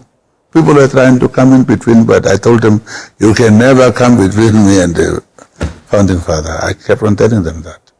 And I will tell you now too, you cannot come between two of us.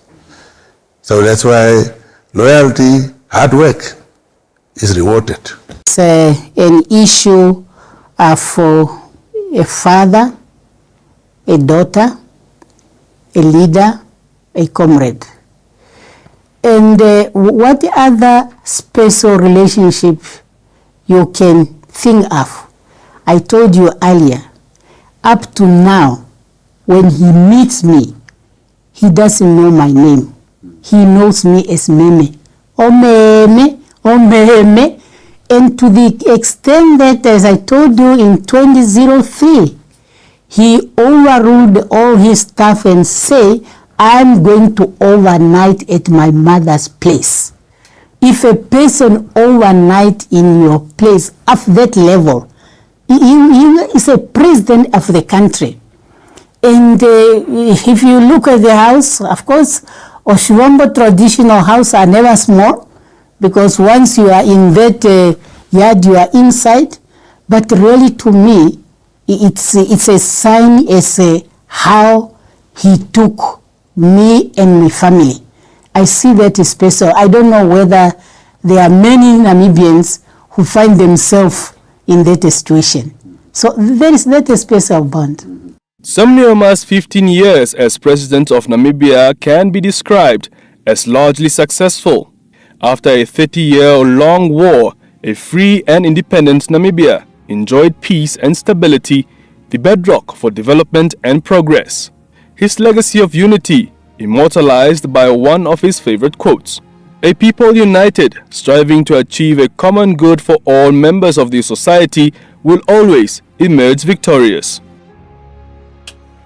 What we can give back to Nujoma, show him that the sacrifices he made, growing up without his family and mother, which he loved dearly, he came back, he sacrificed for peace, he resisted the temptations of factionalism and forcing populist decision that could have lifted him politically. And he did that because he always put Namibia first. The leaders we have today, the presidents, are the product of Sam Nujoma believing that they are good for Namibia. And what is good for Namibia is good for him. What we can give back to him is the value system that he tried to install on us: hard work, education, discipline, respect. If we can show that to each other, Nujoma will be vindicated. The only thing that he wanted to see is unity. Yes, we must consider ourselves first as Namibians. First as Namibians, and then you go to your tribal alliance and all this. It is so disturbing what we see nowadays, new political parties being formed on the tribal grounds and so on. That is not the vision of all our African leaders like Kwame Nkrumah, like the founding president, President Mugabe, Mandela. All of them wanted to see one Africa, one people. Yes. So tribalism must die in order for the nation to be born. And that is one of the biggest challenges we need to tackle today. We were taught about unity, never care who is who, and to build a Namibian nation. He sacrificed for that. All his life, that's Namibia, Namibia. I'll tell you a joke now as we're ending. You were younger, of course. Now, when you were with President Nujoma, it's just about struggle. So we young people will say, we're just going to be told, we're escaping to go and a little bit have young people's life. But with him, it's any time we are talking about the struggle. That's a commitment we're talking about. And a person who committed such time and energy on trying to build this country, first to liberate it, then to build it, and to maintain peace, hoping to maintain peace, and to see prosperity for this country. It will be our greatest gift if we can do it, at least to start to address these issues. We as Namibians, we should know that the long life of the father of the Namibian nation, the founder of this republic, is a gift to Namibia. and its citizens.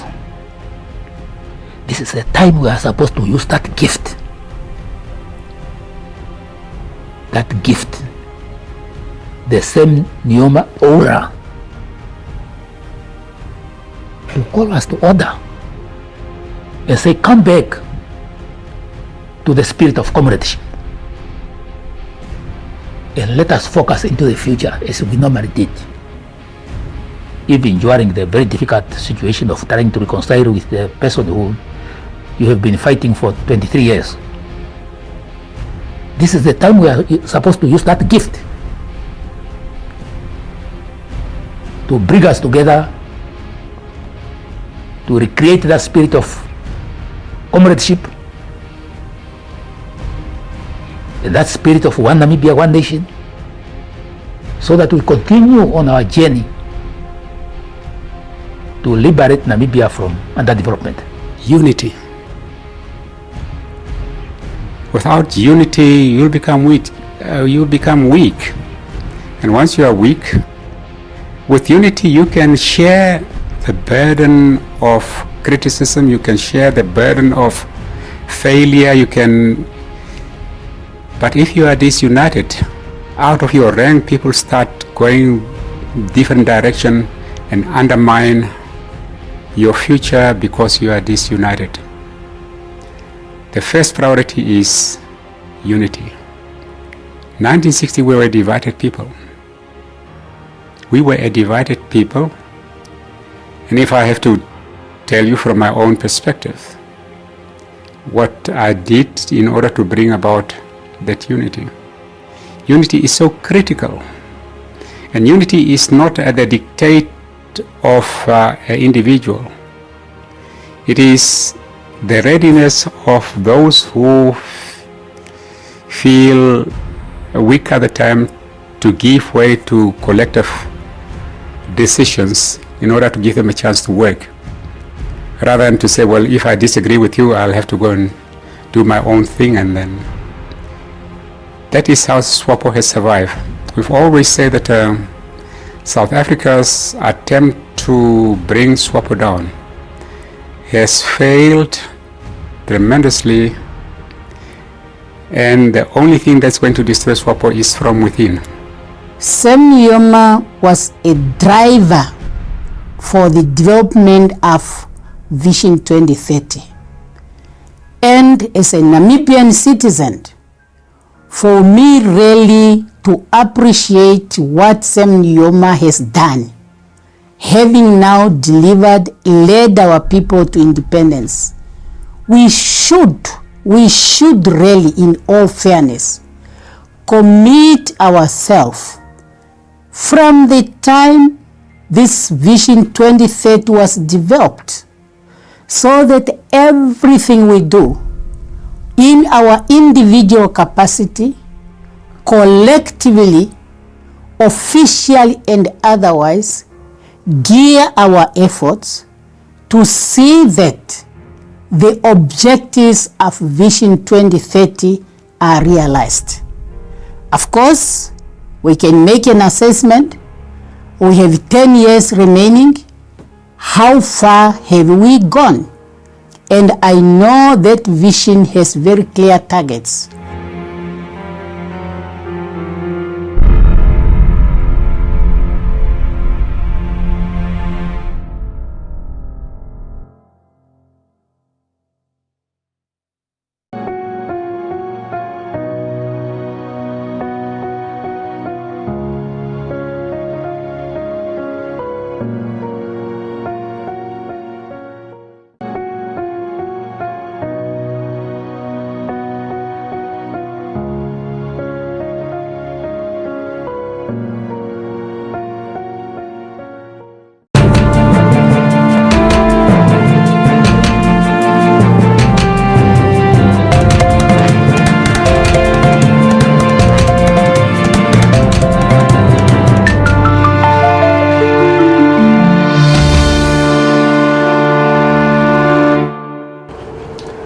Welcome to Meet the Leader program.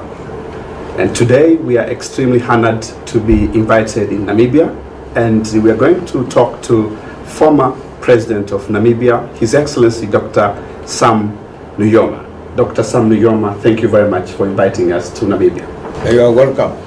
To start with, Your Excellency, there is a belief among scholars that family backgrounds do influence leadership aspirations as well as skills. You grew up in Ovambaland, and to what extent will you say your background and childhood experiences influences your leadership aspirations and skills? Well, yes, I was born northern Namibia in the Omusati region of the Republic of Namibia now, and grown up there. As a young boy, my first task was to look after my family's cattle, plus goat and sheep. That was my task and responsibility, to look after them, and they go to the cattle post in order to ensure that our cattle are in good condition. So to be able to produce milk and the butter which we produce from the milk. So that was my first responsibility as a firstborn in the family. And I also helped my mother to pound millet, which we call mahangu, to produce flour for our dish, which we normally consume at home. We never buy things from the shop. In fact, there were no shops there. Even up to now, if you go there, and you go to walk kilometers and kilometers to find a place where you can purchase some goods from the shops. So, and I was brought up that way. Even at the school those days, I never considered school to be something important, because all other boys, they are looking after their cattle, and you had to go to cattle post sometimes 50 kilometers from home in order to ensure that your cattle are in good condition. So this is how I was brought up. But that means also responsibility and accountability. Because if you are 20 or 30 or 50 kilometers away from home, those days, leopards, they are there to grab the goats or sheep, and the lions are there also to grab your cattle. So you have to arm yourself, you have to have a knobkill, you have to have bows and arrows ready to attack this animal and kill them, to prevent them from harassing the cattle you are looking after. So this is how we were brought up those days. And Your Excellency, you spent about 30 years out of Namibia championing for Namibia cause for independence. Whilst you are away, what shaped your thinking, and to what extent that helped you when eventually you came back to Namibia as a president? Well, we were first of all inspired politically by the achievement of independence of Ghana under the leadership of Dr. Kwame Nkrumah in 1957. So, and then more so by the process of the achievement of independence of Tanganyika then, before it became the United Republic of Tanzania. So when the TANU, under the leadership of Mwalimu K. Nyerere, mobilized the masses of the people of Tanzania politically, and the British colonial administration there was forced to accept the demand of the people of Tanganyika under the leadership of Mwalimu Nyerere. So that is more closer to us. Now we used to look on the map of Africa, Ghana achieved independence, but it's so long distance. From here you pass through Angola under Portuguese colonialism, Congo, DRC under the Belgium colonialism, Congo Brazzaville under the French. So you go on passing, it's not possible to reach Ghana in other ways. But here, I was able to escape from the country when being arrested here. When we started also to demand our freedom and independence, because we were inspired by Tanzania being also a former German colony, and became a League of Nations mandate. These were German colonies then, Germany, Southwest Africa, Germany, East Africa, Tanganyika, Rwanda, Burundi, and West Africa was Cameroon and Togo. So we also started to demand now, after the British agreed to that Tanganyika should proceed to independence, which was achieved in 1961. So we started also that Namibia should be placed under the UN trusteeship system. But the apartheid regime of South Africa here, led by Ferreira to Foster and Malanda, they refused. They said, no, there's no question that Namibia should be placed under the UN trusteeship system. So we started to demand our independence. So I escaped from the country through the British Botswana land, through British Central Africa, that is now the Southern Rhodesia, Northern Rhodesia, and then reached Tanganyika in 1960. So I escaped from here. But all those were under the British colonialism. So when I escaped here, I was helped by the people of Botswana land, of Southern Rhodesia, or Northern Rhodesia. But even in that, by that time, there was no question of being to go so easily into British colonies. So I was helped by the freedom fighters, Kaunda, Northern Rhodesia, then escaped into Tanganyika. Then I was helped by Mwalimu, who was the leader of TANU. In fact, when I arrived there in March 1960, Mwalimu just came back from the UN, where the United Nations then decided that Tanganyika should proceed to independence in 1961. So it was not easy, but I learned a lot from Mwalimu, from Kwame Nkrumah, from Gamal Abdel Nasser. These are the leaders who shape up our Pan-Africanist idea of Africa for Africans, and Africa must be ruled by the Africans. This is what we shape at us in those difficult days. Your Excellency, completing a long-time dream of attaining Namibian independence, in year 1990, March 21st, you became the first president of independent Namibia. At that time, when you assumed the mantle of the presidency, what was your vision of this great national, and how did you want to fulfill that vision?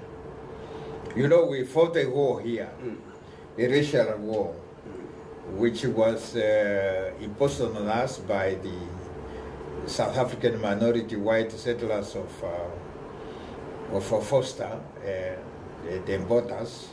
So we have to reconcile our nation. What we have adopted a policy of national reconciliation, that all those who remain within the borders of the Republic of Namibia from the 21st of March 1990 are citizens of the Republic of Namibia, and therefore they should be protected by the laws of the Republic of Namibia. So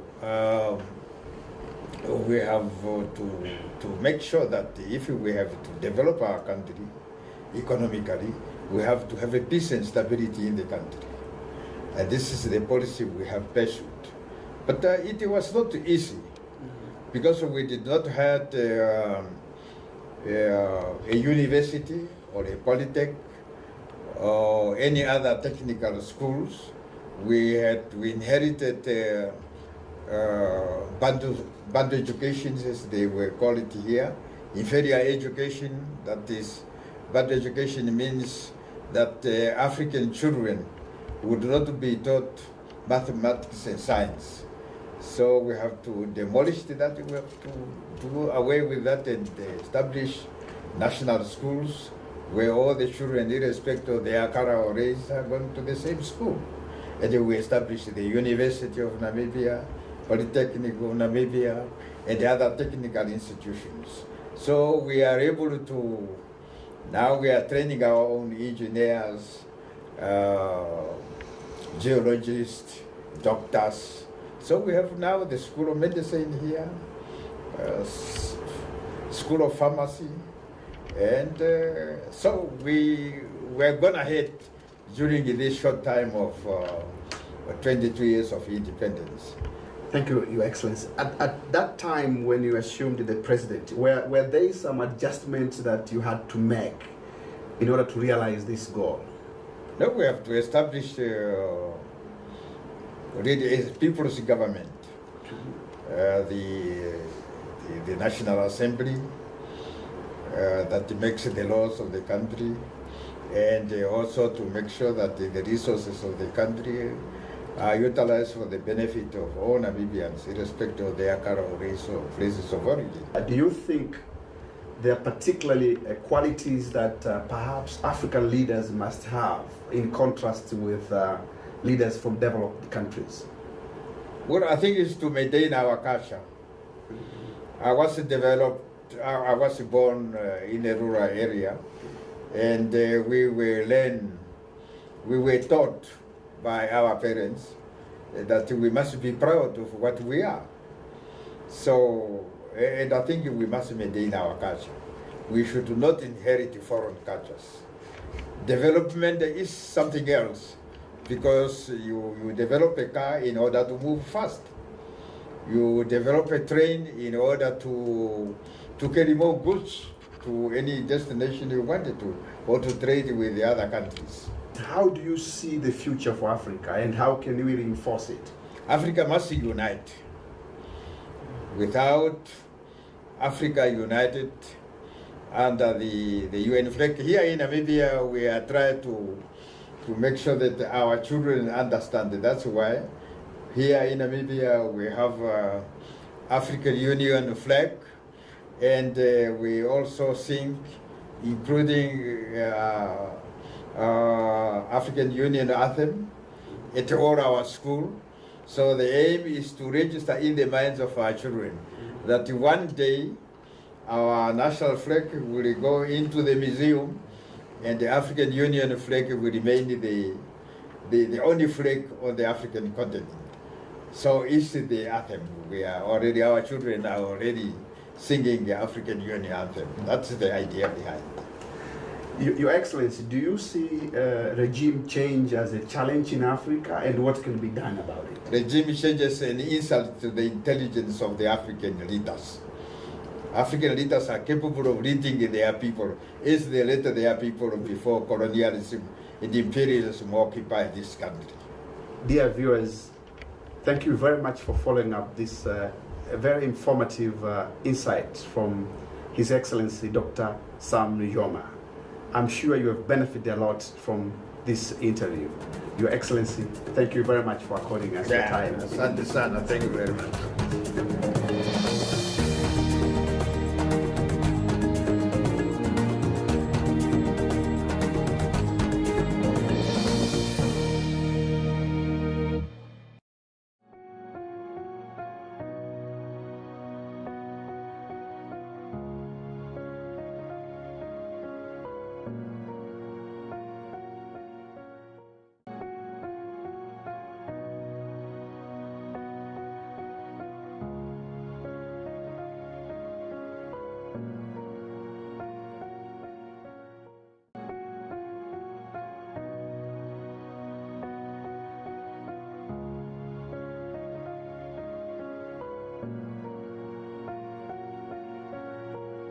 Our first step should therefore to start with a review of some constitutional provision in order to address land ownership in the country.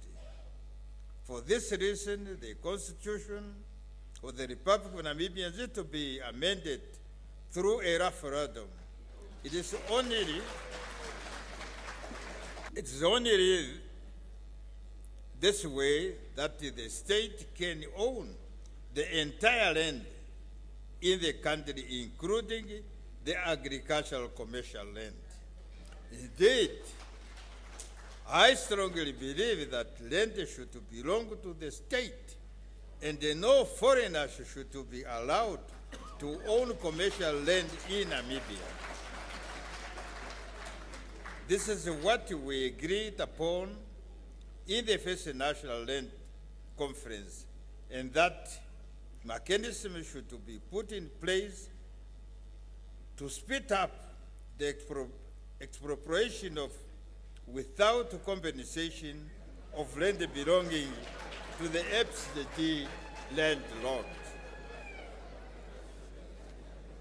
However, there are those who are suggesting that such commercial farmland owned by foreigners should be expropriated in the public interest, provided that a fair and a just compensation is given for the infrastructural development that has taken place on the farm. Similarly, the first National Land Conference resolved that given the difficulties in redressing ancestral land claims, restitution of such claims in full.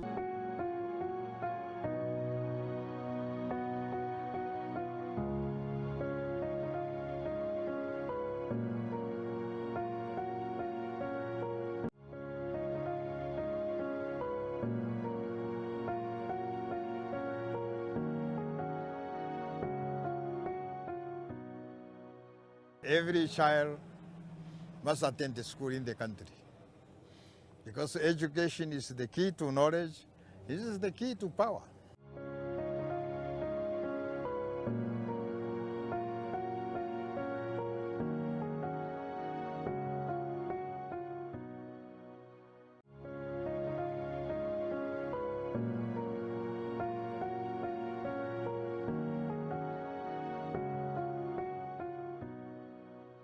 My dear wife,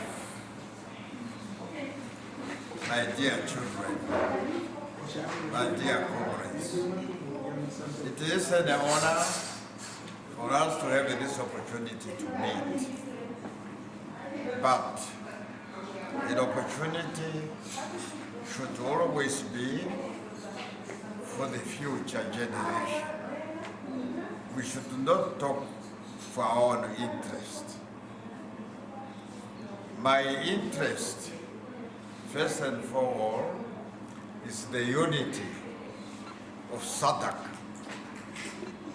Southern Africa Development Corporation, to become part of the African Union with the headquarters in Addis Ababa.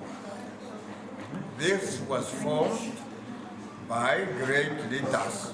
Now, here in Namibia, we must play a role, very simple one, and that is God has given us this land. The harbor of Walvis Bay today, as we are sitting here, is the harbor of SADC. Why? Because all the shipping line normally travel from the United States of America, Canada, and the whole of Europe. Normally pass through here, go to Cape Town to deliver goods for South Africa. But as we are talking here, oil that makes the ship to move become expensive. The harbor of Walvis Bay is today the harbor of SADC. and Africa as a whole. Now, it is therefore our duty and responsibility to make sure that every Namibia child attend the kindergarten, primary school, secondary school, and at the university level, in order for us to build a stronger nation. We believe that a united people striving to achieve a common good for all members of the society will always emerge victorious. I thank you.